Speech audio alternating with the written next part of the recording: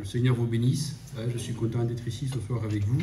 Je tiens à remercier l'ancien Geltwoto de m'avoir appelé pour que je vienne faire donc la réunion. Béni soit Dieu. Il y a de la joie dans mon cœur parce que c'est une grâce du Seigneur que nous avons ce soir. Vous l'avez bien compris. Béni soit Dieu. Et Dieu nous fait cette grâce, ce bonheur de pouvoir encore écouter sa parole. Béni soit Dieu. Mais vous comprenez bien que derrière ces moments-là, à chaque fois que Dieu permet que la réunion se déroule selon la grâce de Dieu, selon le plan de Dieu, il y a toujours un plan de Dieu pour ton âme. Il y a toujours le projet de Dieu qui est bien spécifique. La Bible dit que Dieu a des projets de paix pour chacun d'entre nous. Amen. Le nom du Seigneur soit béni et glorifié. Voilà pourquoi que la parole de Dieu est cette bonne nouvelle. Parce que là où tout semblerait qui est perdu, où il n'y a plus d'espérance, avec Dieu, il y a une espérance. Amen. Béni soit Dieu. Voilà pourquoi que la Bible dit que lorsqu'on tourne le regard vers lui, c'est-à-dire que lorsqu'on fait un demi-tour, et on appelle ceci la conversion, lorsqu'on se tourne vers le Seigneur, donc c'est à partir de ce moment-là qu'il y a quelque chose qui se produit et qui est un effet de la grâce de Dieu. Lorsqu'on tourne les regards vers lui, il y a quelque chose qui se produit, c'est obligé. Amen. C'est obligé, c'est impératif. Il ne peut pas se passer autrement. Et quelle est la chose qui se produit, c'est qu'on est rayonnant de joie. Amen. Amen. Béni soit Dieu. Que le nom du Seigneur soit béni et glorifié. Alors, le Seigneur m'a mis une pensée dans mon cœur que j'aimerais partager avec vous dans toute la simplicité. Vous savez, je suis jeune dans le ministère. Je remercie mon frère l'ancien qui m'a appelé. Je suis jeune dans le ministère. Donc, je vais essayer par la grâce du Seigneur de vous apporter tout simplement la pensée de Dieu. Je ne sais pas le temps que je vais prêcher, peut-être 10 minutes, un quart d'heure, qu'importe. L'essentiel, c'est que je puisse vous transmettre le mot de Dieu. Amen. On dit Amen. Amen. Béni soit Dieu. Voilà. Sans plus tarder, je vous invite à faire une lecture avec moi. Dans le deuxième livre des rois,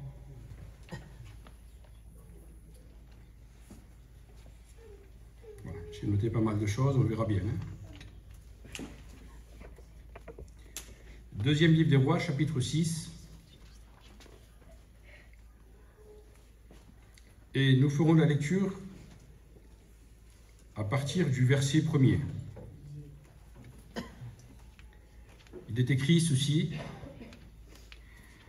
Les fils des prophètes dirent à Élisée, « Voici le lieu où nous sommes assis devant toi, est trop étroit pour nous. Allons jusqu'au Jourdain. Nous prendrons là chacun une poutre et nous y ferons un lieu d'habitation. » Élisée répondit, « Allez. » Et l'un d'eux dit, « Consens à venir avec tes serviteurs. » Il répondit, « J'irai. » Verset 4. Il partit donc avec eux. Arrivés au Jourdain, ils coupèrent du bois, et comme l'un d'eux abattait une poutre, le fer tomba dans l'eau. Il s'écria, « Ah, mon Seigneur, il était emprunté. » L'homme de Dieu dit, « Où est-il tombé ?» Et lui montra la place. Alors Élisée coupa un morceau de bois, le jeta là à la même place et le fit surnager le fer, puis il dit, « Enlève-le. » Il avança la main et le prit. Amen. Gloire au Seigneur. Béni soit Dieu, que le nom du Seigneur soit béni et glorifié. C'est un passage qui est riche en instruction. Béni soit Dieu. Ce qui est important, c'est de comprendre les choses de Dieu. Béni soit Dieu. J'aimerais te dire ce soir tout simplement que peut-être tu n'es pas totalement concerné par ces quelques paroles que je veux dire. Peut-être qu'il n'y en a qu'une seule qui te concerne. Mais sois attentif. Béni soit Dieu, que le nom du Seigneur soit béni et glorifié. Le Seigneur va dire à un moment donné que celui qui a des oreilles pour entendre, entende. Cela veut dire que tu dois être attentif au mot de Dieu. Je répète peut-être que ce soir que tu es concerné uniquement que par un seul mot. Mais si ce mot-là, si tu te sens concerné par ce mot-là, alors reçois-le, prends-le de la part du Seigneur pour ta vie. Béni soit Dieu. Pour résumer le passage, nous voyons ici l'homme de Dieu Élisée, qui était un homme qui était plein de zèle pour l'Éternel, et qui est avec une bonne compagnie, qui sont les fils des prophètes. Il est entouré par les fils des prophètes, et les fils des prophètes appartenaient, si vous voulez, à la génération du règne d'Akab, hein, qui épousa cette femme démon qu'on appelle Jézabel, qui avait tué tous les prophètes, et que quelques-uns avaient échappé. Et ces fils de prophètes, je pourrais ce soir vous les présenter comme étant les fils des martyrs de la foi. Seuls quelques-uns purent y échapper. Et puis voilà que c'était des jeunes gens qui aimaient l'œuvre de Dieu, qui faisaient partie du peuple de Dieu, et que lorsqu'on va étudier un peu leur vie, c'était des hommes qui avaient parfois des maladresses, mais ils étaient zélés. Béni soit Dieu. Et ils aimaient l'œuvre de Dieu. Ils aimaient travailler à l'œuvre de Dieu. Béni soit Dieu. Que le nom du Seigneur soit béni et glorifié. Savez-vous qu'aujourd'hui encore il y a le peuple de Dieu? Savez-vous qu'encore aujourd'hui l'œuvre de Dieu subsiste? Est-ce que vous en êtes conscient? Qui est le peuple aujourd'hui? Ben c'est nous, c'est l'Église de Jésus-Christ. Béni soit Dieu. Et j'aimerais te poser ce soir la question, est-ce que tu fais partie de l'œuvre de Dieu? Est-ce que tu fais partie du peuple de Dieu? C'est une question qui mérite qu'elle soit posée, parce que si tu ne la fais pas partie, tu peux le devenir à partir de ce soir. Amen. Béni soit Dieu, que le nom du Seigneur soit béni et glorifié. Un jour, un homme va poser une question à l'homme de Dieu. Que faut-il que je fasse pour être sauvé? C'était un officier romain, un homme qui était méchant. Et puis face un jour, devant la réalité de la parole de Dieu, lorsqu'il va prendre conscience qu'il y avait deux endroits où passer l'éternité, hein, il a eu peur. Il va dire, que faut-il que je fasse pour être sauvé? Et l'homme de Dieu va dire, ben crois au Seigneur Jésus, tu seras sauvé. Amen. Béni soit Dieu. C'est pas compliqué de se convertir à Dieu. Il faut simplement reconnaître son état. Amen.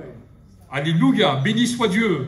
Que le nom du Seigneur soit béni et glorifié. Et nous voyons que ces hommes-là, malgré ces fils de prophètes, malgré que c'était des jeunes gens qui avaient des manquements, des défauts, mais ils avaient ce désir de s'améliorer dans les choses de Dieu et d'apporter leur contribution à l'œuvre de Dieu. Amen. Béni soit Dieu, que le nom du Seigneur soit béni et glorifié. Et voici que l'ancien était là. Qui était l'ancien? Élisée.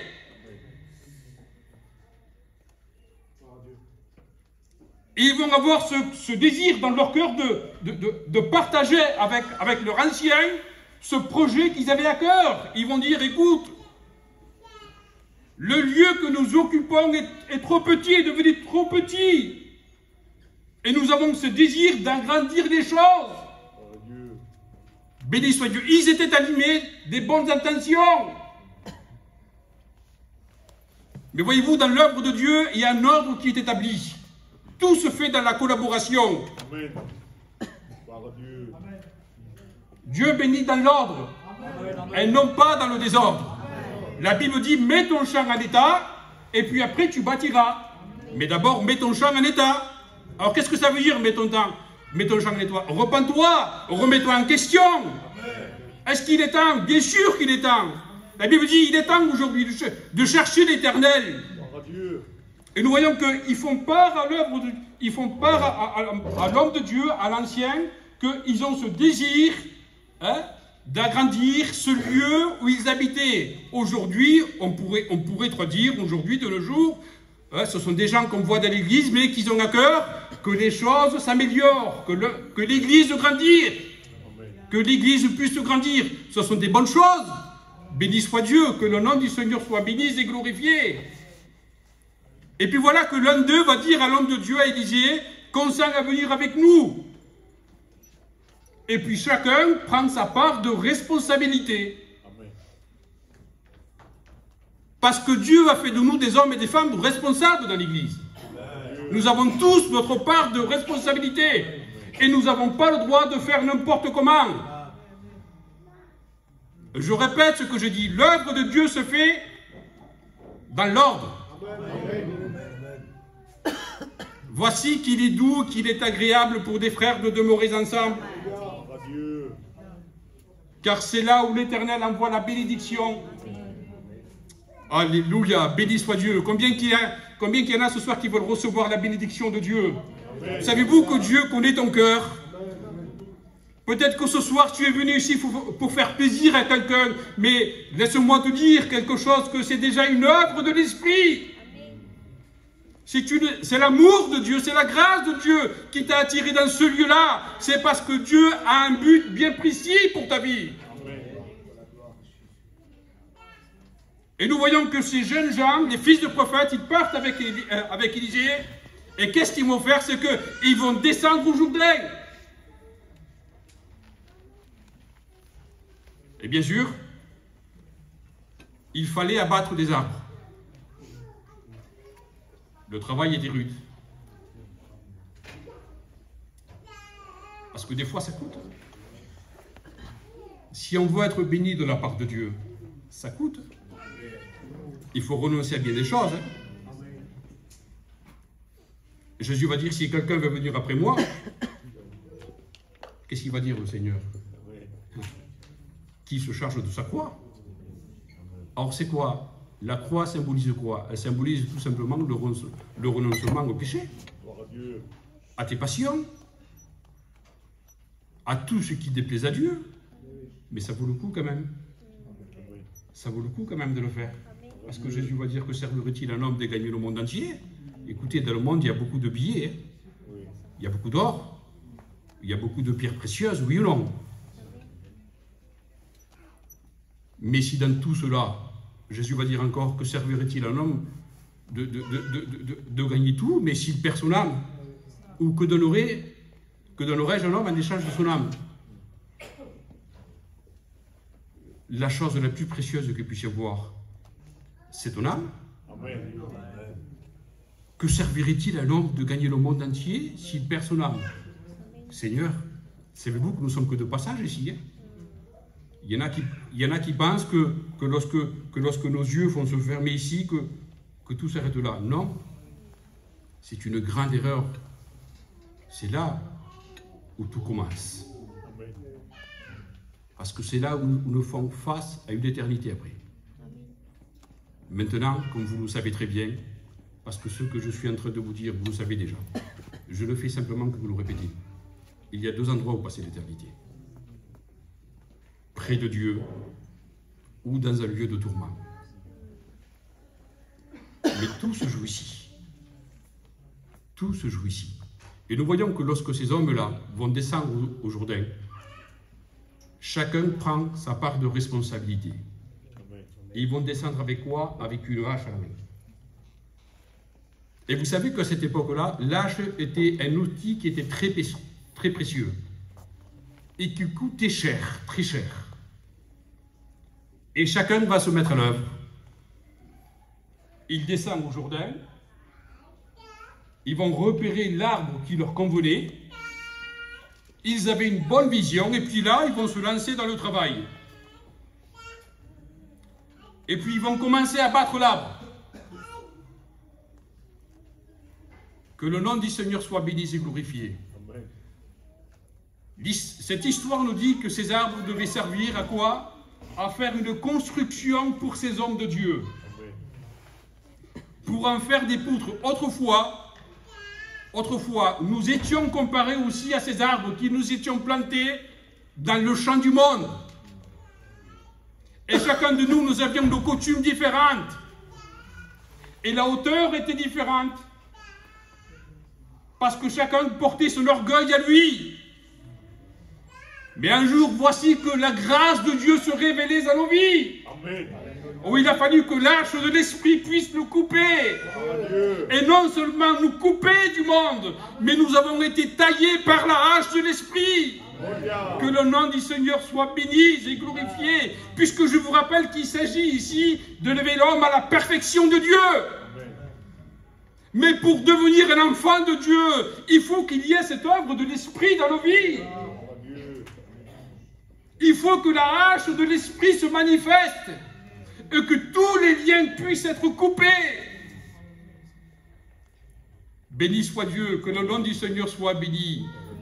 Dieu va dire dans le livre de l'Apocalypse, à celui qui vaincra, je ferai de lui une colonne dans mon temple. Amen. Béni soit Dieu. Tu peux devenir à partir de ce soir, si tu le désires réellement dans ton cœur, l'habitation de Dieu. Amen. Adieu. Amen. On dit Amen. Amen. Béni soit Dieu.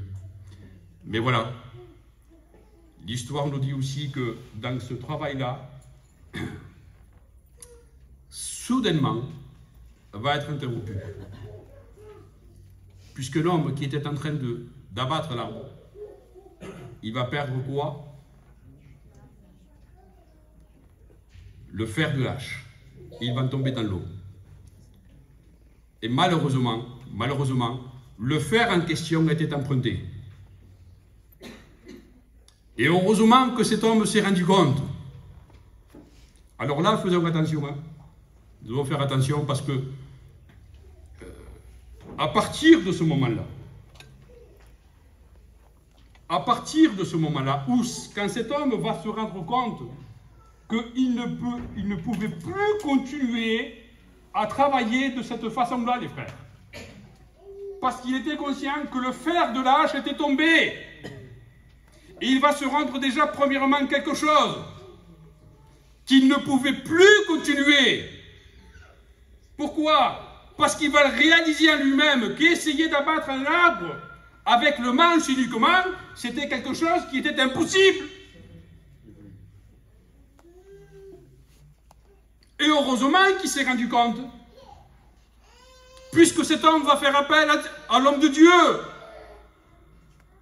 Mais lorsqu'on se tourne vers Dieu, Dieu nous fait toujours l'opportunité, Dieu nous accorde toujours sa grâce. Il n'est jamais trop tard lorsqu'on s'adresse à Dieu. Nous sommes toujours dans le temps qui nous est favorable à nous.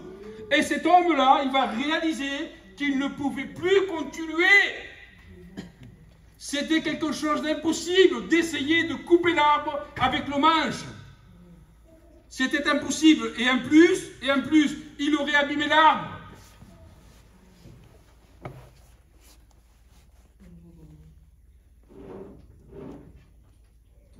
Lorsqu'on perd le tranchant de l'esprit, savez-vous que l'activité parfois n'est pas spirituelle? C'est l'apôtre Paul va dire quelque chose. Il va dire la lettre tue, mais c'est l'esprit qui vivifie. Quand on est animé uniquement que de la lettre,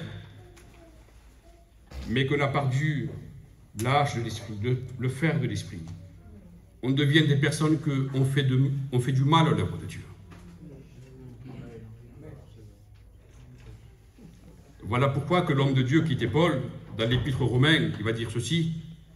Dans l'épître aux Romains au chapitre 8, il va dire « Ceux qui vivent selon l'esprit, pardonnez-moi, ceux qui vivent selon la chair, ne sauraient plaire à Dieu. » Et le drame, ce que je dis bien le drame parce que heureusement que cet homme s'est rendu compte, les frères. Il y en a qui ne se rendent pas compte. Et le danger est là. C'est quand l'Esprit de Dieu se retire de nous et que nous, on veut continuer à essayer d'abattre des arbres. On fait du comment que du bruit. Ce sont des personnes qui font du bruit autour d'eux. Mais rien ne se passe. Savez-vous pourquoi? Parce que l'Esprit de Dieu s'est retiré d'eux. Et puis on continue à frapper. Et on ferait du bruit. Et on fait plus de mal que de bien.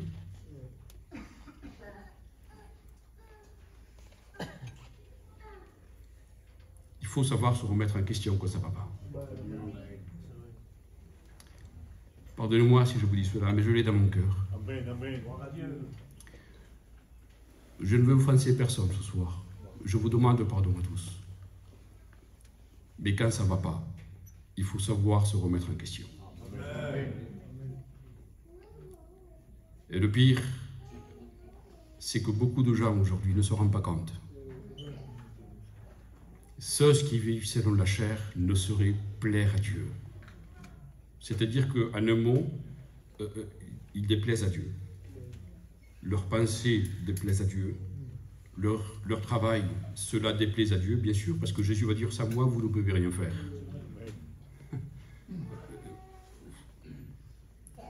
Celui qui a l'Esprit de Dieu lui appartient. Celui qui n'a pas l'Esprit de Dieu ne lui appartient pas. Et cet homme s'est rendu compte, heureusement. Heureusement, parce que le fer de la hache lui était emprunté. Il ne lui appartenait pas, les frères. Il savait qu'il devait rendre des comptes. Savez-vous qu'on passera tous un jour on devra tous rendre des comptes à Dieu. Et on n'a pas le droit de faire ce qu'on veut. Écoutez, qu'on soit riche ou pauvre, qu'importe. Mais on devra tous un jour faire face à la réalité, à cette réalité-là. Et cet homme, il avait perdu ce qu'on lui avait prêté. C'était quelque chose de précieux, mais heureusement qu'il s'est rendu compte. Parce que sinon, il savait qu'il devait rendre des comptes, et la Bible dit, à un moment donné, Jésus va donner un exemple d'une parabole qui va dire d'un homme qui avait été, si vous voulez, qui avait été établi pour administrer les biens de son maître, et que cet homme-là, en un mot, pour faire facile, il fut accusé de détournement de fonds.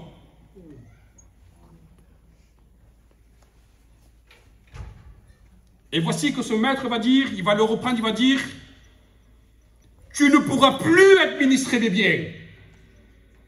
Et cet homme-là fut jugé comme étant infidèle dans la maison de son maître. Et je peux vous dire que pour lui, c'était la fin. Quelle sera la part des infidèles? Séparation avec Dieu.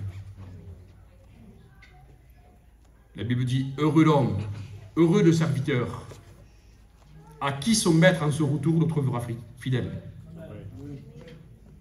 Que quand son maître rentrera dans sa maison, va le trouver fidèle. Et bien, ce serviteur-là, il est heureux. Béni soit Dieu. Que le nom du Seigneur soit béni et glorifié. Pourquoi il est heureux? Pourquoi? Béni soit Dieu. Parce qu'il a gagné le salut de son âme. La Bible dit, heureux l'homme à qui le péché lui est pardonné. Alléluia. Béni soit Dieu. Que le nom du Seigneur soit béni et glorifié. Nous sommes toujours à temps. Tu es à temps. Alléluia. Béni soit Dieu. Que le nom du Seigneur soit béni et glorifié. Cet homme-là s'est rendu compte. Il va dire, ah mon Seigneur, le fer était emprunté. Heureusement que l'homme de Dieu est là. Béni soit Dieu. Que le nom du Seigneur soit béni et glorifié. Tout simplement, il va avouer. Il va avouer qu'il avait perdu quelque chose qu'on lui avait prêté et qu'il devait rendre compte. N'est-il pas écrit dans la parole de Dieu que celui qui avoue et délaisse obtient miséricorde? Béni soit Dieu. Savez-vous que Dieu est amour? D'ailleurs, c'est marqué dans l'épître de Jean. Dieu est amour. Mais n'oublions jamais quelque chose, c'est que Dieu est justice aussi. Et on ne se moque pas de Dieu. Ce que l'homme aura semé, il le récoltera. Et cet homme va rendre compte. Aujourd'hui, on vit un temps, malheureusement, où la crainte de Dieu se perd. Vous savez qu'il y a deux sortes de craintes. Il y a la crainte de l'homme naturel, qui n'appartient à Dieu, qui n'appartient pas à Dieu, qui est une crainte qui est mêlée à un sentiment d'angoisse et de peur, parce qu'il vit sous le péché, et cette crainte-là suppose un châtiment. Mais il y a la crainte de Dieu qui est un profond respect quant à sa parole. Béni soit Dieu. Mais aujourd'hui, je vous dis cela pourquoi? Parce que moi, quand j'écoute les anciens parler des expériences d'avant, aujourd'hui, la qualité a diminué. Et plus on va se rapprocher du retour du Seigneur Jésus-Christ, et plus ça va s'empirer. Quand le Fils de l'homme viendra, trouvera-t-il la foi? Donc il y a une diminution de qualité. Alors je vous dis cela pourquoi? Parce qu'aujourd'hui la crainte se perd et puis on se permet toutes choses de désobéissance. Mais est-ce que vous croyez qu'on peut tromper Dieu? Jamais de la vie. Jamais de la vie. On ne peut pas tromper Dieu. Le jour où tu vas te présenter devant Dieu, tu n'auras pas d'excuses, tu ne pourras pas dire « Seigneur, je ne connaissais pas ta parole ». Non, parce que le Seigneur te dira « Oui, mais cette soirée-là, tu étais à la réunion, tu as écouté l'évangile ». Tu n'auras pas d'excuses.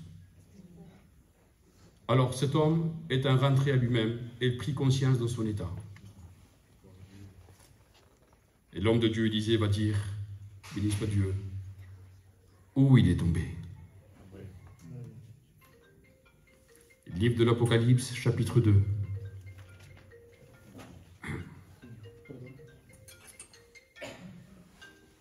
Qu'est-ce qu'il est écrit? Repens-toi, rappelle-toi d'où tu es tombé. Rappelle-toi d'où tu es tombé. Quelle est la chose qui t'a fait tomber dans ta vie spirituelle? Et quel est le conseil de Dieu? Et repens-toi. Et pratique tes premières œuvres. Gloire à Dieu. Alléluia. Ce sont des œuvres que Dieu a préparées d'avance. Amen. Béni soit Dieu. Et voyez-vous, Élisée va faire quelque chose uniquement par la foi. Alors, on pourrait ce soir alimenter la pensée, lorsqu'il va prendre le bois, on pourrait alimenter la pensée par la croix. Béni soit Dieu. Hein? Ce morceau de bois nous représente tout simplement la croix. Béni soit Dieu, alors que tout était perdu à travers le sacrifice de la croix, béni soit Dieu. Hein. Le salut a été, si vous voulez, annoncé, béni soit Dieu. Le salut est offert gratuitement. Amen. Que faut-il que je fasse pour être sauvé? Eh bien, crois, tout simplement. Amen. Béni soit Dieu, le Seigneur ne te demande pas ton argent. Puisque le ciel est son trône et la terre est son marchepied. Alors, mais Dieu te demande tout simplement ton cœur, que tu te convertisses à lui. Amen. Dieu veut te sauver, Dieu ne veut pas que tu aies rien à faire, Dieu veut que tu passes l'éternité avec lui, dans le paradis, dans la présence de Dieu, dans la paix, dans la félicité. Alors, tout simplement, ce que Élisée va demander, il va le demander par la foi. Amen. Tu l'as perdu? Oui. Où est-ce que tu l'as perdu? Eh bien, cet homme lui dit, ben, écoute, Élisée, je l'ai perdu ici. Il demande un morceau de bois. Mais il va faire ce geste par la foi.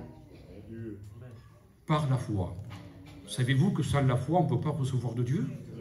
Savez-vous que sans la foi, on ne peut pas être sauvé? Sans la foi, on ne peut pas recevoir le pardon de nos péchés? Sans la foi, on ne peut pas être guéri de nos maladies? Sans la foi, on n'ira pas au ciel? Sans la foi, il est impossible d'être agréable à Dieu. Donc, l'homme de Dieu fait ce geste uniquement par la foi. Il prend un morceau de bois, il le jette dans l'eau, dans ces eaux boueuses du Jourdain. Et puis voilà que le fer qui était, si vous voulez, au fond de ce Jourdain-là, un miracle va se produire. Parce que l'histoire nous dit que quand Élisée va jeter ce morceau de bois, le fer va remonter. Et l'homme de Dieu va dire, tu peux le prendre. Béni soit Dieu. Amen. Et le fils de prophète, il étendit la main et le prit, béni soit Dieu. Que le nom du Seigneur soit béni et glorifié. Alléluia. Ce que Dieu va t'offrir ce soir, il te le met tout simplement à portée de main. Quelle est la chose que Dieu a à t'offrir ce soir? Le salut de ton âme. Ce qui était perdu à travers la désobéissance d'Adam. Ce qui était enfoncé dans la boue du péché. Alléluia. Aujourd'hui, le Seigneur te met le salut à portée de main. Il te suffit simplement, tu peux le saisir par la foi aussi. Par la foi. La Bible dit qu'il n'y a plus de condamnation pour ceux qui sont en Jésus-Christ. Il n'y a plus de condamnation. Alors que vas-tu faire ce soir? Combien d'âmes, Seigneur, aujourd'hui, ils vivent, pardonnez-moi de l'expression, mais dans la boue du péché, dans les ténèbres. Alors le Seigneur t'appelle à lui. Fais un acte de foi. Fais un acte de foi. Tu peux saisir la grâce de Dieu pour ta vie ce soir. Par la foi. Reconnais ton état par la foi. Demande pardon à Dieu par la foi. La Bible dit, approchez-vous de lui. et il s'approchera de vous. Amen. Béni soit Dieu. On va prier le Seigneur. Béni soit Dieu. Je vais laisser la place à toi, si la cœur